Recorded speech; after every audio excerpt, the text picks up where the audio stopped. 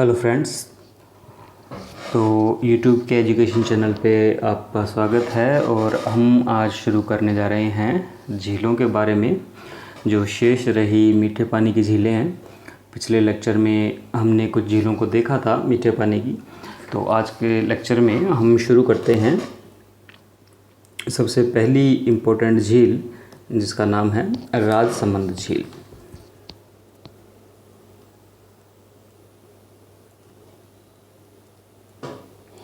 अब राजसमंद झील से या कोई भी झील हो, उसके बारे में अधिकतर प्रश्न उसकी लोकेशन पे नहीं आते, क्योंकि लोकेशन तो लगभग नाम से पता लग जाती है।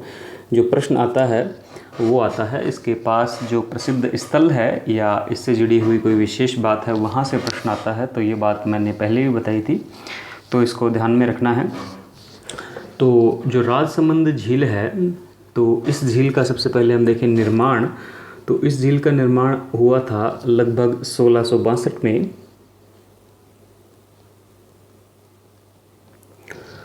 1662 से लेकर 1676 में इसका निर्माण हुआ था और निर्माण कराया था महाराणा राज सिंह ने।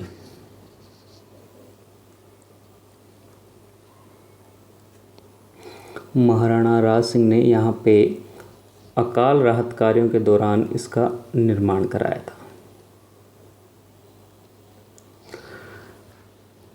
और इस झील की जो लोकेशन है वो कांकरोली रेलवे स्टेशन के पास है राजसमंद में। अब अगली इम्पोर्टेंट बात है कि कौन सी नदी का पानी आके गिरता है। तो इसमें गोमती नदी का पानी आकर गिरता है। यहाँ गोमती नदी का पानी आकर गिरता है। अब ये झील आपको यहाँ पे दिखाई हुई है और आप जिस तरह से देख सकते हैं कि यहाँ पर काफ़ी सीढ़ी नुमा संरचनाएं हैं इस झील में। यहाँ पर तो यहीं पर इसी तरह की स्थिति में यहाँ पर एशिया की सबसे बड़ी राज प्रशस्ति उत्कीर्ण है। अगली इम्पोर्टेंट बात इस झील की,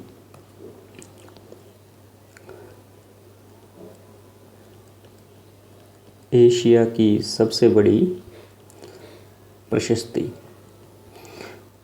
अब प्रशस्ति का अर्थ होता है प्रशंसा के लिए लिखी गई बातें। तो राजाओं की प्रशंसा में जो लिखी हुई बातें हैं, जो उनका गुणगान करती हैं, उससे हम राज प्रशस्ति कहते हैं।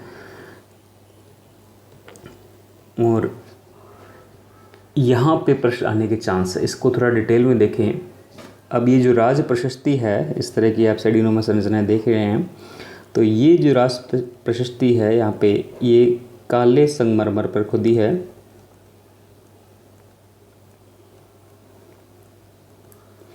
काले संगमरमर पर खुदी है और 25 पत्थर हैं जिन पर ये लिखी गई है। 25 संगमरमर के पत्थर हैं, इनको शिलालेख भी कह सकते हो आप। शिला पे लिखे हुए लेख 25 शिलालेख हैं जिन पर ये लिखी गई है। इसकी जो भाषा है वो है संस्कृत और इसमें 1917 श्लोक उत्कीर्ण हैं। तो इन बातों को ध्यान रखना है, भाषा का, श्लोक का। और इस राज्य प्रशस्ति में मेवाड़ राज्य का इतिहास लिखा गया है। ये जो राज्य प्रशस्ति है, तो किसकी प्रशंसा हो रही है? मेवाड़ राज्य की। तो वैसे भी जो राजसमंद है वो मेवाड़ इलाके में आता है, मेवाड़ क्षेत्र में आता है, उदयपुर वाला, उदयपुर के चारों ओर का क्षेत्र। तो इसमें मेवाड़ राज्य का इतिहास लिखा गया। अब बात है कि इसे लिखा किसने है, इसकी रचना किसने की है। तो देखिए, इसकी जो रचना है वो की है महाराणा राज सिंह के दरबारी कवि थे रणछोड़ भट्ट तैलंग। उन्होंने इसकी रचना की है।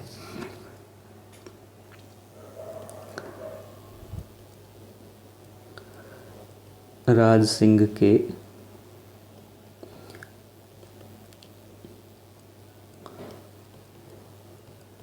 दरबारी कवि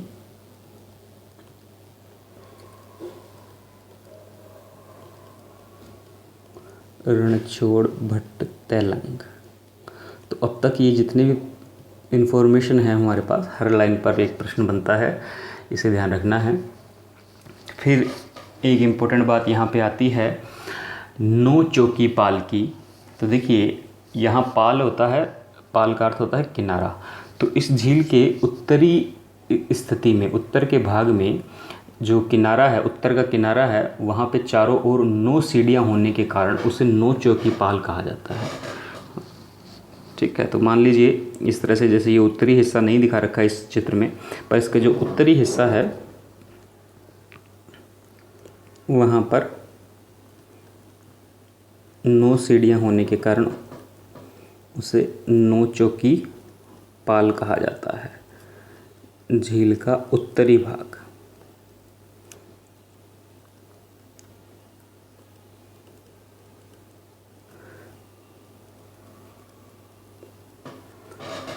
तो ये तो बातें हुई इस झील से जुड़ी हुई विशेष बातें। अब फेमस यहाँ आसपास के जो स्थल हैं उनकी बात करें हम, तो इसी झील के पास जो प्रसिद्ध स्थल हैं उनके बारे में देखिए कि यहाँ पर द्वारिकाधीश का जो मंदिर है, जो कि वल्लभ संप्रदाय की पीठ है, वो स्थित है यहाँ पर। तो अगली इम्पोर्टेंट बात,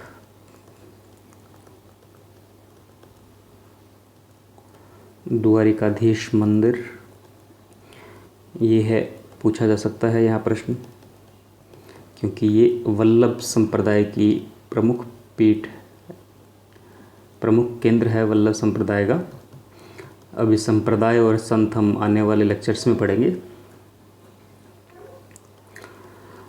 दूसरी इम्पोर्टेंट बात, यहाँ पर घेवर माता का मंदिर है। घेवर माता का मंदिर इसी झील के पास। और घेवर माता के बारे में जो कही जाती है बात, वो ये होती है कि ये बिना पति के सती होने वाली स्त्री थी। हाँ, वैसे इस जो सतियाँ होती थी वो पति की मृत्यु के बाद होती थी, पर ये बिना पति के सती होने वाली स्त्री थी। तो यहाँ पे मंदिर बना हुआ है, घेवर माता का मंदिर। अब अगली बात कि ये राजसमंद झील का नाम पड़ा पहले और इसके नाम पर ज़िले का नाम पड़ा बाद में। तो ये एक ऐसी झील है, आप कह सकते हो कि इस झील के नाम पर ज़िले का नाम पड़ा है। ठीक है, ज़िले से झील की पहचान नहीं है, बल्कि झील से ज़िले की पहचान है, इसको ध्यान रखना है। और दूसरी बात कि ये राज्य की दूसरी सबसे बड़ी कृत्रिम झील है, इस बात को लिख लीजिए।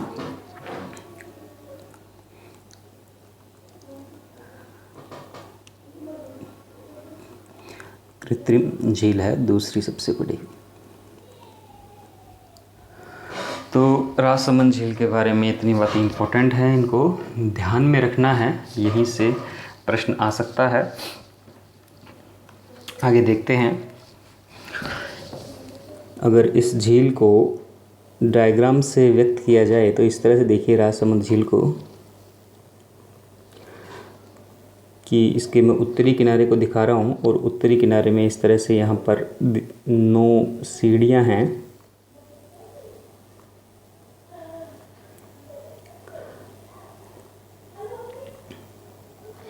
इस तरह से यहाँ पे 9 सीढ़ियाँ हैं और यहीं पर 25 पत्थरों पर शिलालेख हैं।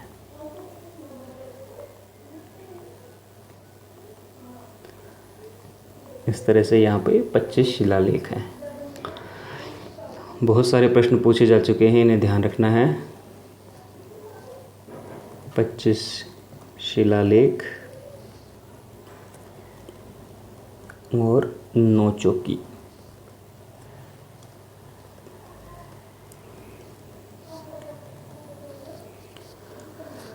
ठीक है, तो इन बातों को हमें ध्यान रखना है। और मेवाड़ राज्य का इतिहास यहाँ पे वर्णित है, मतलब हम कह सकते हैं कि मेवाड़ राज्य की शुरुआत कहाँ से होती है, बप्पा रावल से।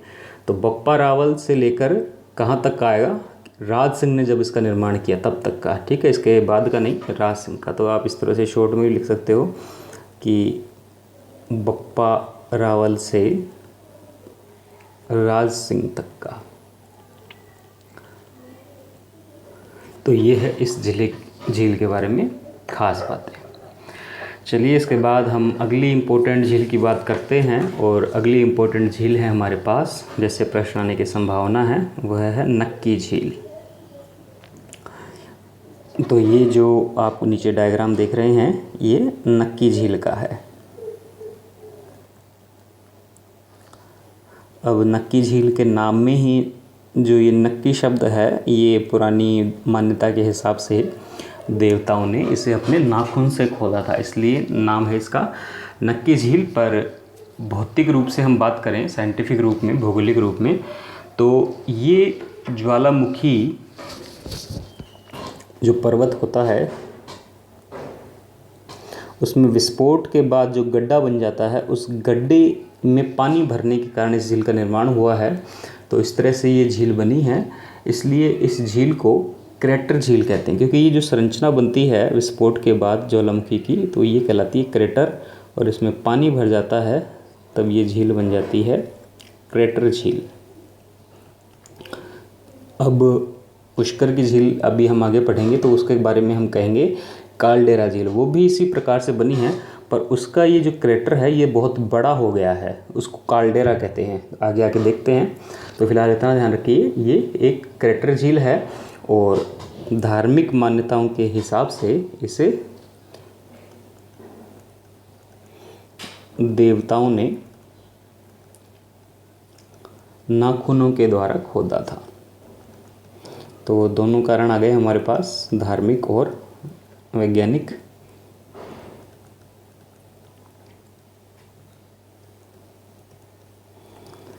तो ये तो हुआ इसका निर्माण के बारे में। अब इसके बारे में अगले इम्पोर्टेंट फैक्ट उनकी बात करें तो ये राज्य की सबसे ऊंची झील है, क्योंकि ये आपको पता है सिरोही ज़िले में है। माउंट आबू में आप जहाँ घूमने जाते हैं वहाँ पर है ये झील। तो माउंट आबू स्वयं ही ऊंचा स्थान है राजस्थान का सबसे, तो वहाँ पर स्थित है। तो राजस्थान की सबसे ऊंची झील है, लगभग 1200 मीटर की ऊंचाई पर स्थित है। अभी 1200 मीटर कहाँ से ऊंचाई देखेंगे हम? समुद्र तल से, है ना। जब भी ऊंचाई की बात करेंगे तो समुद्र तल से। इसी के साथ इसकी एक खास बात, ये राजस्थान की सबसे गहरी झील भी है, मतलब इसकी गहराई सर्वाधिक है। तो दोनों बातें ध्यान रखनी है, सबसे ऊंची झील भी है और सबसे गहरी झील है। इसकी गहराई बताते हैं 35 मीटर, और इसको आप लगभग फुट में कन्वर्ट करते हैं तो लगभग 110 फुट की गहराई है। इसके बारे में अगली इम्पोर्टेंट बात देखें तो ये जो झील है ये बहुत छोटी झील है। इसका जो व्यास है आप इस चित्र में देख सकते हैं, ये केवल 1 किलोमीटर व्यास की झील है। इस झील को गोलाई में लिया जाए तो इसका व्यास केवल 1 किलोमीटर का है। और आपको पता है कि माउंट आबू में सर्दी बहुत अच्छी होती है, ऊंचाई पर स्थित स्थान है इसलिए ठंडा रहता है, इसलिए इसको सर्वाधिक ठंडी एवं शीत ऋतु में जमने वाली झील भी कहते हैं। शीत ऋतु में इसका जल जम जाता है।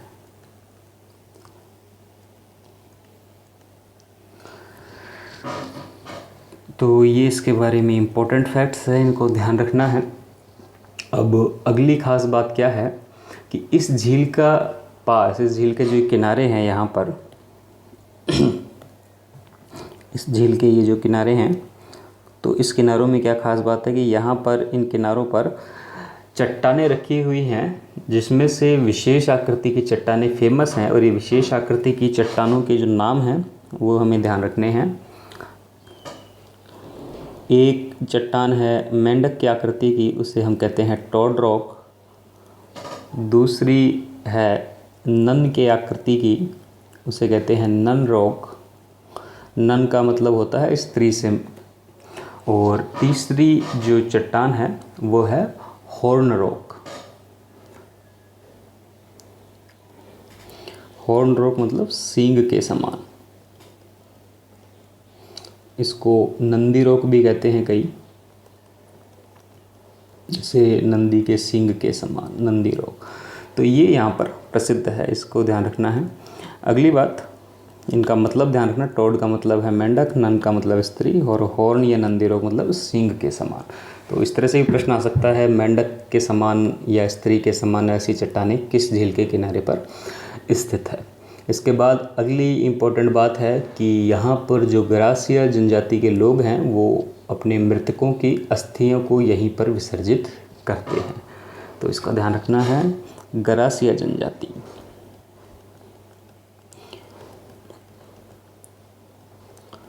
गरासिया जनजाति के लोग अस्थियों का यहाँ पे विसर्जन करते हैं। तो ये बातें इम्पोर्टेंट हैं इस झील के बारे में, इनका ध्यान रखना है। और सबसे इम्पोर्टेंट बात, टोड रोग, नन रोग और नंदी रोग या हॉर्न रोग, इनका ध्यान रखना है।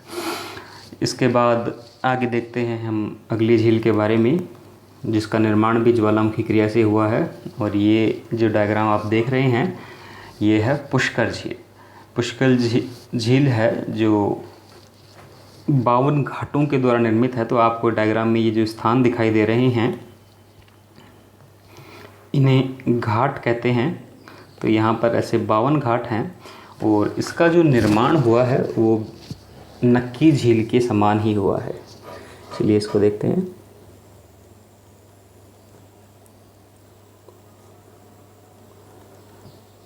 पुष्कर झील। अब पुष्कर झील के बारे में, पहले इसका भौतिक निर्माण कैसे हुआ। ये कोल्डेरा झील है।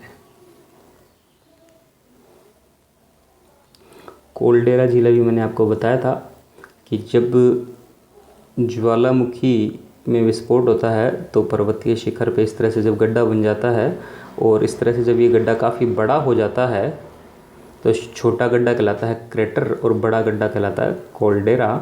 और जब इसमें जल भर जाता है तब ये कहलाती है कोल्डेरा झील। तो इसके बाद इसकी जो धार्मिक मान्यता है वो यहाँ पे अलग है कि यहाँ पर यज्ञ किया गया था ब्रह्मा जी के द्वारा, और गायत्री माता प्रकट हुई थी, तब इस झील का निर्माण किया गया था। ये बातें धार्मिक मान्यता से जुड़ी हुई हैं। फिलहाल इसके लिए इम्पोर्टेंट बातें देखिए। इस झील का जो आकार है वह अर्धचंद्राकार है।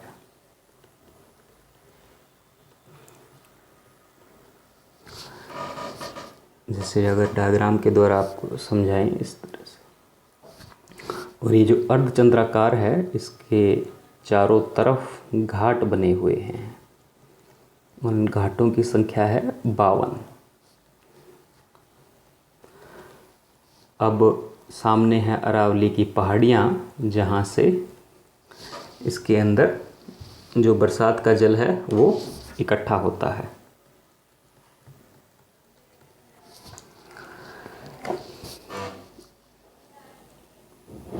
बावन घाट। इसकी धार्मिक मान्यता इतनी है कि इसे 5वां तीर्थ या तीर्थराज कहा जाता है। 5वां तीर्थ या तीर्थराज। 5वां तीर्थ, तीर्थराज, कोंकण तीर्थ,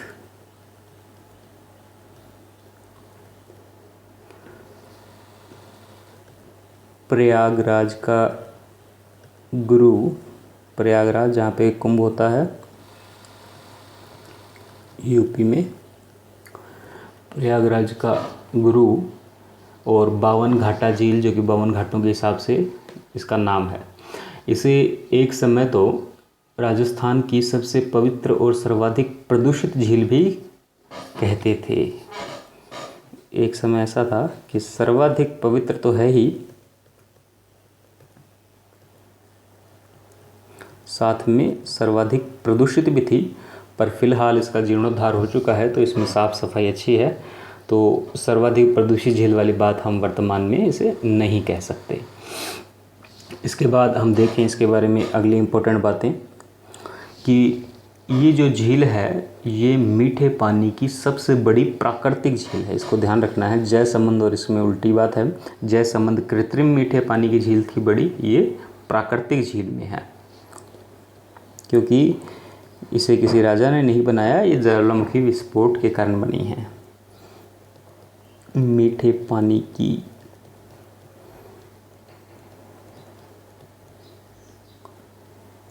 सबसे बड़ी प्राकृतिक झील। उसके बाद प्रदूषित वाली बात आप नहीं लिखेंगे। और यहाँ पे जो सफाई हुई है वो कनाडा के सहयोग से हुई है। और यहाँ ये अपने मेले के लिए प्रसिद्ध है पुष्कर झील। और ये जो मेला है ये है पशु मेला, जो कि लगता है कार्तिक पूर्णिमा को। तो इसको भी लिख लीजिए, ध्यान रखना, कार्तिक पूर्णिमा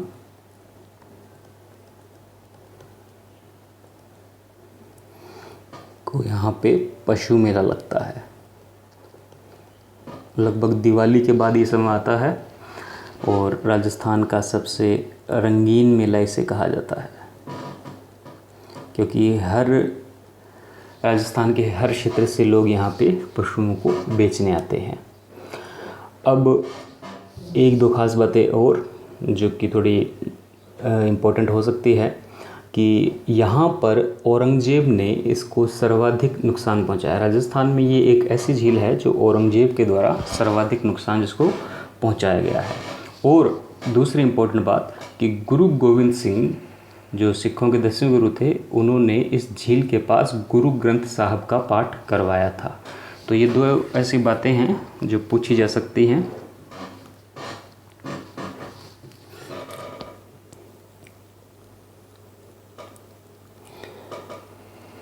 औरंगजेब आक्रमण ही सर्वाधिक आक्रमण, इस तरह के प्रश्न आते हैं आरएस के एग्ज़ाम में, झील से संबंधित विशेष बातें। और गुरु गोविंद सिंह, तो इन दोनों का संबंध ऐसे ही पूछा जा सकता है, औरंगजेब और गुरु गोविंद सिंह दोनों का संबंध किस झील से है? गुरु ग्रंथ साहिब के पाठ।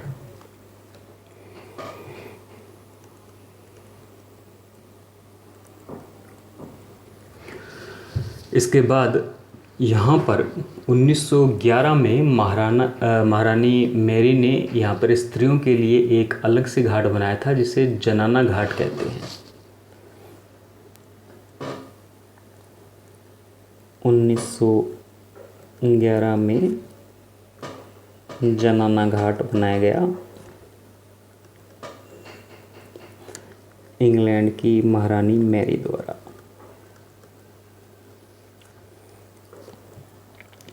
और बाद में महात्मा गांधी की अस्थियों का विसर्जन भी यहीं पे किया गया।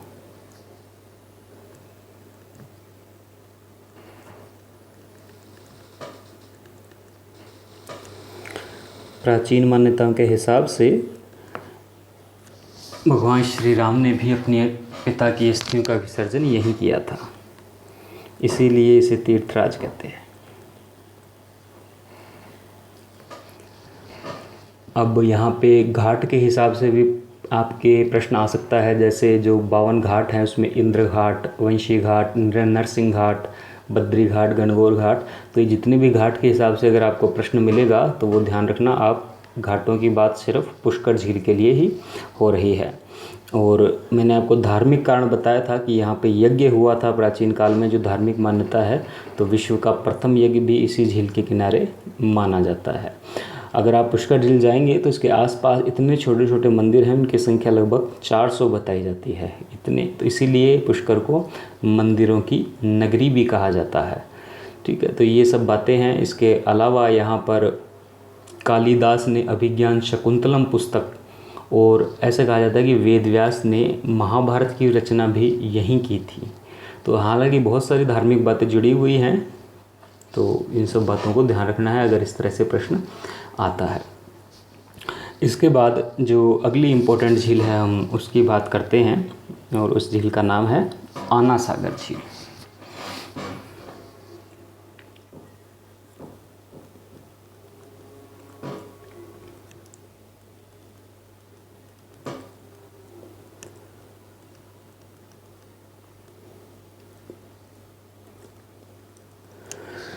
आना सागर झील की बात करते हैं तो सबसे पहले निर्माणकर्ता को देखें कि इसका जो निर्माण था वो अर्णोराज ने करवाया था। ये डायग्राम में आप आना सागर झील को देख सकते हैं। तो इसका जो निर्माण था वो अर्णोराज ने कराया था। अब अर्णोराज ने कौन थे? तो अर्णोराज पृथ्वीराज तृतीय, जो पृथ्वीराज चौहान है उनके दादा का नाम था। अर्णोराज भी मिलेगा बुक में और आना जी नाम भी इनका मिलता है। उन्हीं के नाम पे झील का नाम आना सागर पड़ा और ये निर्माण काल हुआ था लगभग 1137 में। इसके बाद इन्होंने निर्माण क्यों कराया, इसके पीछे एक कहानी है कि जब अर्णोराज गद्दी पे बैठे तो यहाँ पे तुर्कों ने आक्रमण बहुत किए थे, अजमेर पर बार बार आक्रमण किए थे। और जब तुर्कों से इनका युद्ध हुआ अर्णोराज जी का, तो इन्होंने तुर्की सेना का भयंकर नरसंहार किया और जिसके फलस्वरूप क्या हुआ, यहाँ पे काफ़ी लाशें, रक्त और मांस के लोथड़े बिखर गए जिनसे बदबू आने लगी और बदबू से बीमारियाँ पनपने लगी। तो इस गंदगी का मिटाने के लिए इन्होंने योजना बनाई। योजना क्या थी कि यहाँ पर जो बाड़ी नदी है, अजमेर से बाड़ी नदी निकलती है, तो उस बाड़ी नदी के जल को इकट्ठा करके झील बनाया गया और उससे सफाई की गई और बाद में इसमें लूनी नदी का भी पानी डाला गया और इसे आना सागर झील का नाम दिया गया। तो ये जो झील है ये 3 तरफ से पहाड़ियों से घिरी है। तो इन सब बातों को ध्यान रखना है। ये इसके पीछे की हिस्ट्री है। तुर्कों से मेन बात है, तुर्कों के आक्रमण के कारण सफाई के लिए इस झील का निर्माण हुआ। सफाई के लिए इस झील का निर्माण हुआ और जो यहाँ नदी है जिसका जल यहाँ लाया गया उसका नाम है बाड़ी नदी।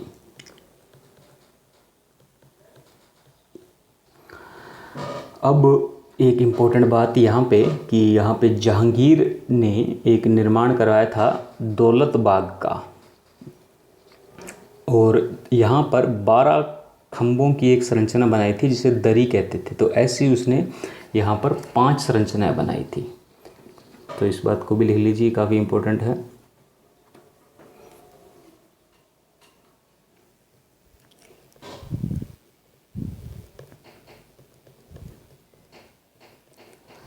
जहांगीर ने यहाँ पे दौलत बाग का निर्माण कराया।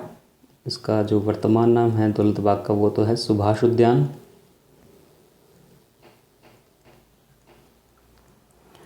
और शाहजहां ने यहाँ पे 12 खंभों की संरचना जिसे 12 दरी कहते हैं वो बनवाई। 12 दरी का निर्माण कराया।